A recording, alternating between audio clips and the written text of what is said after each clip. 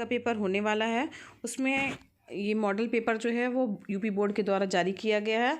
इस पेपर को आप अच्छे से पढ़ लीजिएगा, क्योंकि यूपी बोर्ड के द्वारा जारी किया गया है, तो हो सकता है आपके पेपर में इससे भी ऐसे प्रश्न भी हों। तो यहाँ पर पूर्णांक 100 नंबर का होगा। समय 3 घंटे 15 मिनट है। 15 मिनट आपको पेपर पढ़ने के लिए बच्चों, और आपका पेपर 2 खंडों में विभाजित होगा। जो भी प्रश्न आपके सामने दिख रहे हैं अच्छे से आप तैयार कर लीजिएगा। खंड का के अंतर्गत जो है ये आपके ऑब्जेक्टिव टाइप के प्रश्न दिए गए हैं, जो आपको अच्छे से तैयार करने हैं बच्चों। इसके बाद जो है दूसरा प्रश्न भी जो है उसमें भी ऑब्जेक्टिव टाइप के ही प्रश्न रहेंगे आपके, जो कि एक एक नंबर के होंगे। एक एक नंबर जो है वो आपके इस ऑब्जेक्टिव टाइप के लिए निर्धारित किया गया है। तीसरा प्रश्न जो होगा वो गद्यांश का संदर्भ देते हुए प्रश्नों का उत्तर जो है वो देना है। तो यहाँ पर जो प्रश्न दिख रहे हैं आपके सामने, इसका उत्तर जो है आपको लिखना है। इसमें भी आपको अथवा मिलेगा। अगर आपको ऊपर वाला नहीं आ रहा तो नीचे वाला आप जो है कर सकते हैं। प्रश्न नंबर 4 जो है वो पद्यांश पर आधारित रहेगा, और उसमें दिए गए प्रश्नों का उत्तर आपको देना होगा।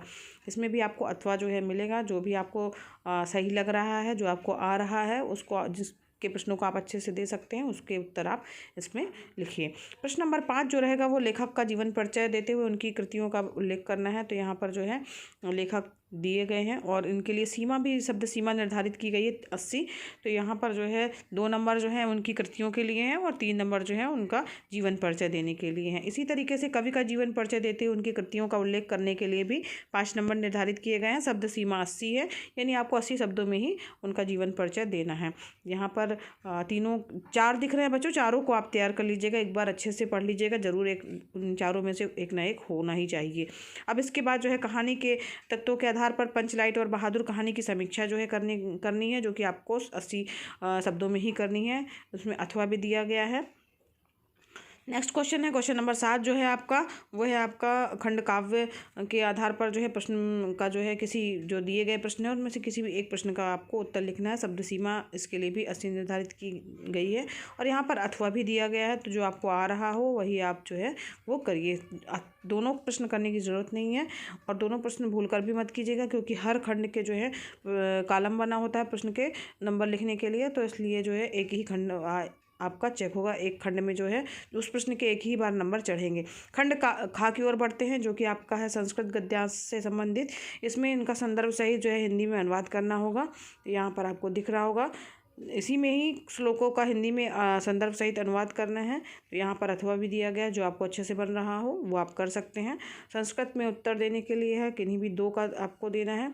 इसके बाद जो है आपका है ग्रामर पोर्शन, जिसमें आपको रस के बारे में बताना है, अलंकार के बारे में बताना है, दोहा और छंद चौपाई के बारे में आपको बताना है। साथ ही साथ एक विषय पर निबंध भी लिखना है। तो यहाँ पर 4 ऑप्शन दिए गए हैं निबंध के, तैयार कर लीजिएगा। इसके बाद यहाँ पर बच्चे ये गलती करते हैं कि निबंध वाला क्वेश्चन करने लगते हैं, तो उनकी जो ये प्रश्न नंबर 12 जो कि आपके एक एक नंबर के हैं ग्रामर वाले, ये छूट जाते हैं, जो कि वैकल्पिक रहते हैं। तो इसको ज़रूर आप पहले कर लीजिएगा, उसके बाद ही लास्ट में निबंध लिखिएगा।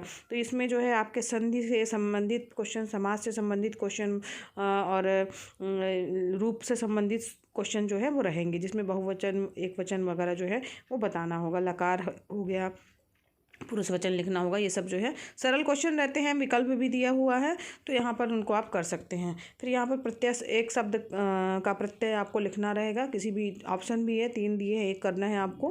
तो ये ग्रामर वाला पोर्शन आप पहले कोशिश कीजिएगा हल कर ले, इसके बाद सबसे लास्ट में आप निबंध कीजिएगा।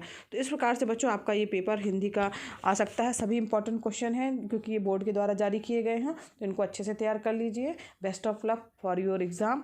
और वीडियो हेल्पफुल लगा हो तो वीडियो को लाइक कीजिएगा, चैनल पर नए हैं तो सब्सक्राइब कीजिए। मिलते हैं नेक्स्ट वीडियो में।